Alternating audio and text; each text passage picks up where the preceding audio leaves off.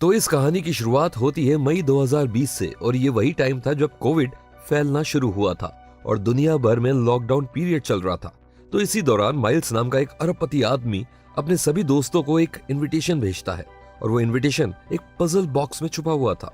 Miles लगभग हर साल अपने साथियों के साथ ऐसी ही महंगी और आलीशान पार्टियां किया करता था, लेकिन इस साल की पार्टी थोड़ी स्पेशल थी और इसका तो इनविटेशन हासिल करने के लिए ही उसके सभी दोस्तों को पहले ढेर सारे पजल सॉल्व करने पड़ रहे थे। इन दोस्तों में थे local politician Claire, scientist Lionel, fashion designer Birdie और उसकी assistant Peg, men's right influencer Duke और उसकी गर्लफ्रेंड विस्की भी थी। माइल्स ने एक पजल बॉक्स अपने एक्स पार्टनर कैसेंड्रा उर्फ एंडी को भी भेजा था और सभी ने साथ मिलकर इस बॉक्स की पहेली सुलझा ली। और जैसे ही सारे पजल सॉल्व होते हैं, बॉक्स के अंदर रखा वो इनविटेशन कार्ड उन्हें मिलता है जिसमें लिखा था इस बार की वीकेंड पार्टी का थीम है मर्डर मिस्ट्री और वो सभी माइल्स के प्राइवेट आइलैंड पे जाकर उसी की मर्डर मिस्ट्री को सॉल्व करेंगे, जो कि एक तरह की पार्टी गेम ही थी। लेकिन दूसरी तरफ कैसेंड्रा ने उस बॉक्स को सॉल्व करने के बजाय उस बॉक्स को तोड़कर उसमें से अपना इनविटेशन बाहर निकाला, क्योंकि वो उन सभी लोगों से और खासकर माइल्स से काफी गुस्सा थी, क्योंकि उन सभी ने मिलकर एंडी को बिजनेस में धोखा दिया था।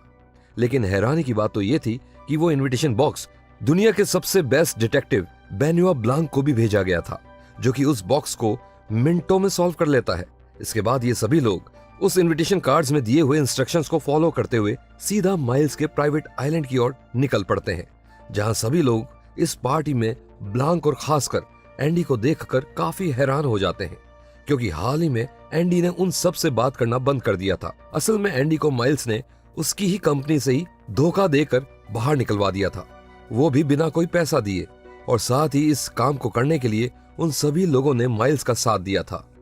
इसके बाद वो सभी उस प्राइवेट आइलैंड पर पहुंचते हैं, जहां माइल्स उन सबको अपने आलीशान महल ग्लास अनियन में लेकर जाता है, जिसका नाम उसने उस बार पर रखा था जहां ये सभी कई सालों पहले मिला करते थे। इसके बाद उन सबको अपने अपने रूम में भेजकर माइल्स ब्लांक से अकेले में बात करने चला जाता है, क्योंकि वो भी उसे आइलैंड पर देखकर बाकियों की तरह कंफ्यूज था। और तब हमें पता चलता है कि माइल्स ने डिटेक्टिव ब्लांक को कोई इनविटेशन नहीं भेजा था और शायद किसी ने माइल्स की टांग खींचने के लिए अपने पजल बॉक्स को रीसेट करके ब्लांक को घर भिजवा दिया था, ताकि डिटेक्टिव ब्लांक माइल्स की बनाई मर्डर मिस्ट्री सॉल्व करने में सबकी मदद कर सके। अब ये सुनकर माइल्स और भी ज्यादा एक्साइटेड हो जाता है और ब्लांक को उसकी पार्टी ज्वाइन करने का इन्विटेशन देता है।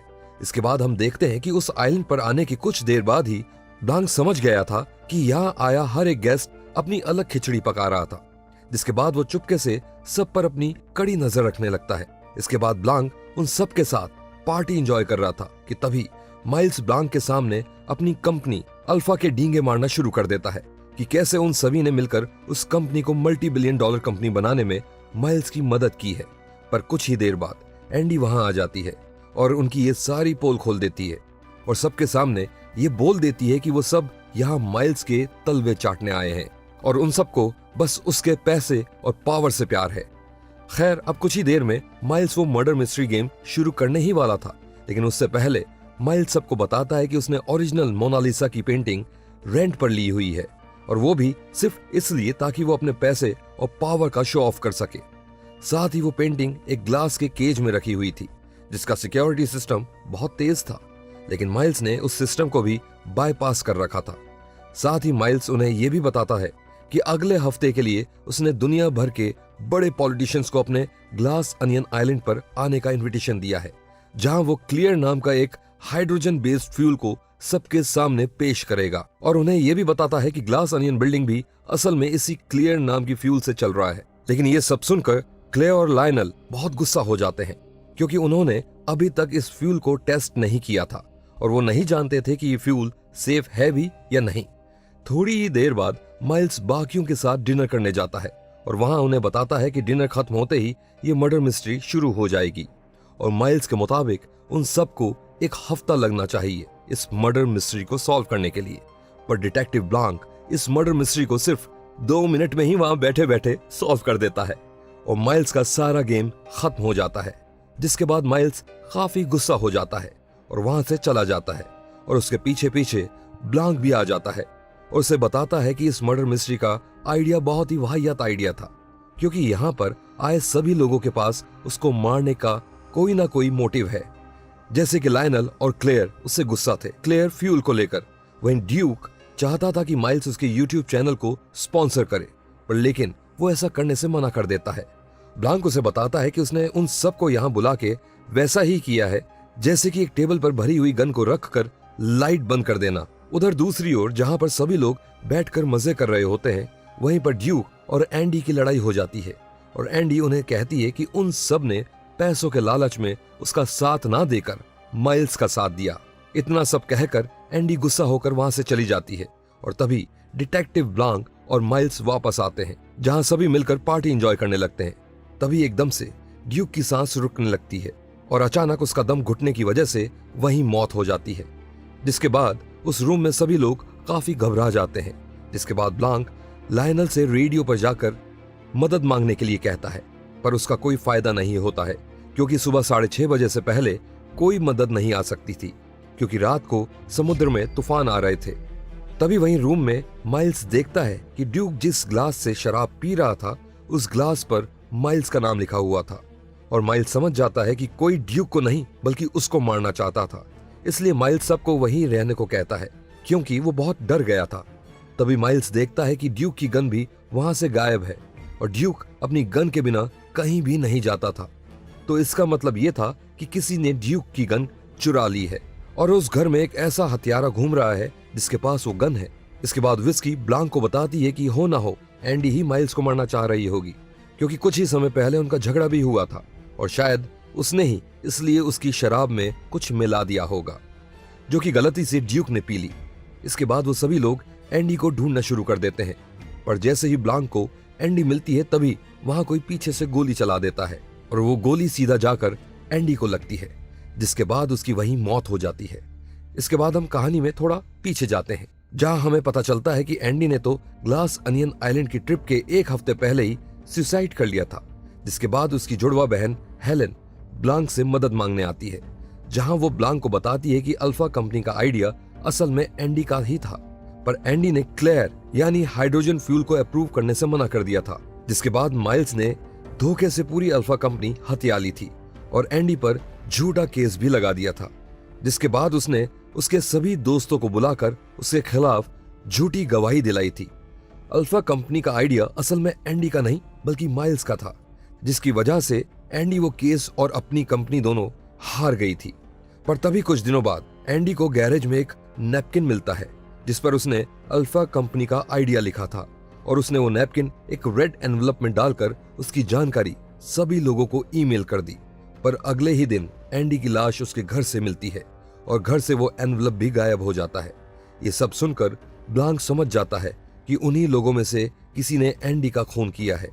जिसके बाद वो हेलेन को एंडी बनाकर उस आइलैंड पर चलने को कहता है, जहां वो उसे आश्वासन देता है कि वहां जाते ही वो उस कातिल को पकड़ लेगा। और उस आइलैंड पर जाते ही ब्लांक के साथ साथ हेलेन भी उन सभी की जासूसी करने में लग जाती है, जहां वो लायनल और क्लेयर को बात करते हुए सुनती है कि माइल्स का क्लियर हाइड्रोजन फ्यूल बहुत ही अनस्टेबल है, जिसकी वजह से बहुत बड़ा धमाका हो सकता है।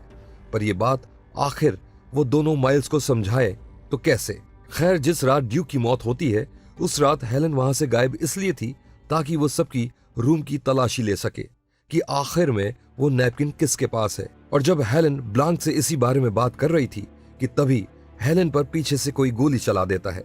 लेकिन हैरानी की बात तो ये थी कि उस गोली से हेलेन मरती नहीं है, क्योंकि उसकी जान उसकी पॉकेट में रखी एक डायरी ने बचा ली थी, क्योंकि वो गोली उसमें फंस कर रह गई थी। जिसके बाद ब्लांक हेलेन की बॉडी पर थोड़ा सा सॉस गिरा देता है ताकि लगे कि हेलेन को सचमुच गोली लगी है और वो मर चुकी है, ताकि ब्लांक उन लोगों को थोड़ी देर और उलझाए रखे। और तभी इसके बाद वो सभी लोग घर के अंदर चले जाते हैं। पीछे से तुरंत हेलेन वहां से उठती है और सीधा माइल्स के रूम में पहुंच जाती है, जहां उसे थोड़ी देर ही ढूंढने पर वो रेड एनवलप जिसमें कि वो नैपकिन था वो मिल जाता है। जिसके बाद वो उसे लेकर सीधा उन सभी लोगों के सामने चली जाती है, जहां उसे देखकर हर कोई हैरान हो जाता है। और वहीं पर ब्लांक ने भी सभी कड़ियां जोड़कर वो पहली सुलझा ली थी। असल में माइल्स को कोई मारना ही नहीं चाहता था, बल्कि माइल्स ने खुद ही ड्यूक को मारा था, क्योंकि ड्यूक को पाइनएप्पल जूस से एलर्जी थी और उसने ड्यूक की ड्रिंक में ही पाइनएप्पल जूस मिला दिया था, जिसकी वजह से ड्यूक की जान चली गई थी। और माइल्स ड्यूक को इसलिए मारना चाहता था क्योंकि उसने एंडी की सुसाइड के न्यूज आर्टिकल्स देख लिए थे और वो माइल्स को ब्लैकमेल कर रहा था। असल में जब एंडी ने उस एनवलप की जानकारी सबको मेल की थी, तब सबसे पहले ड्यूक उसके घर गया था और रास्ते में उसे माइल्स की गाड़ी दिखी थी जो कि उसके घर से वापस लौट रही थी। और जब ड्यूक एंडी के घर पहुंचता है तो वहां किसी ने दरवाजा नहीं खोला, जिसके बाद ड्यूक को लगा कि शायद एंडी घर पर नहीं होगी। पर जब उसने एंडी की मौत की खबर सुनी तो उसे समझ में आ गया कि माइल्स ने ही एंडी की जान ली थी। और जब उसने उसे एंडी के घर से आता हुआ देखा तो असल में वो वहां से भाग रहा था और हेलेन पर गोली चलाने वाला भी कोई और नहीं बल्कि खुद माइल्स ही था। खैर, अब जब सारी पहेलियां सुलझ चुकी थी और अब बारी थी असली सबूत की, जिसे ये साबित होता है कि अल्फा कंपनी एंडी का ही आइडिया था। लेकिन जैसे ही हेलेन वो नैपकिन सबको दिखाती है कि तभी माइल्स नैपकिन को लाइटर से जला देता है और वो आखिरी सबूत भी जलकर खाक हो जाता है। जिसके बाद हेलेन बाकी सबसे मदद मांगती है कि वो कोर्ट में गवाही दे। माइल्स ने ही उन सबके सामने वो नैपकिन जला दिया, पर वो लोग नहीं मानते। जिसके बाद हेलेन काफी गुस्सा हो जाती है और उसके घर में हर चीज तोड़ने फोड़ने लगती है और मौका देखते ही उस कमरे में आग लगा देती है। और तभी हेलेन उस आग में हाइड्रोजन फ्यूल क्लियर का टुकड़ा फेंकती है, जिससे कि पूरे ग्लास अनियन बिल्डिंग में बड़ा सा धमाका होता है और चारों तरफ आग लग जाती है, जिसकी वजह से असली मोनालिसा की पेंटिंग भी जलकर खाक हो जाती है। अब माइल्स के पास कुछ भी नहीं बचा था, ना उसका ग्लास अनियन वाला आइलैंड, ना मोनालिसा की पेंटिंग और ना ही कोई क्लियर हाइड्रोजन फ्यूल जिसे वो दुनिया बदलना चाहता था। और माइल्स को हारा हुआ देखकर बाकी सभी लोग भी उसके खिलाफ गवाही देने को तैयार हो जाते हैं और तभी वहां पुलिस भी आ जाती है। जिसके बाद ब्लांक और हेलेन वापस चले जाते हैं। तो ये थी ग्लास अनियन फिल्म की सारी कहानी। आपको ये कहानी कैसी लगी हमें कमेंट्स में जरूर बताइएगा।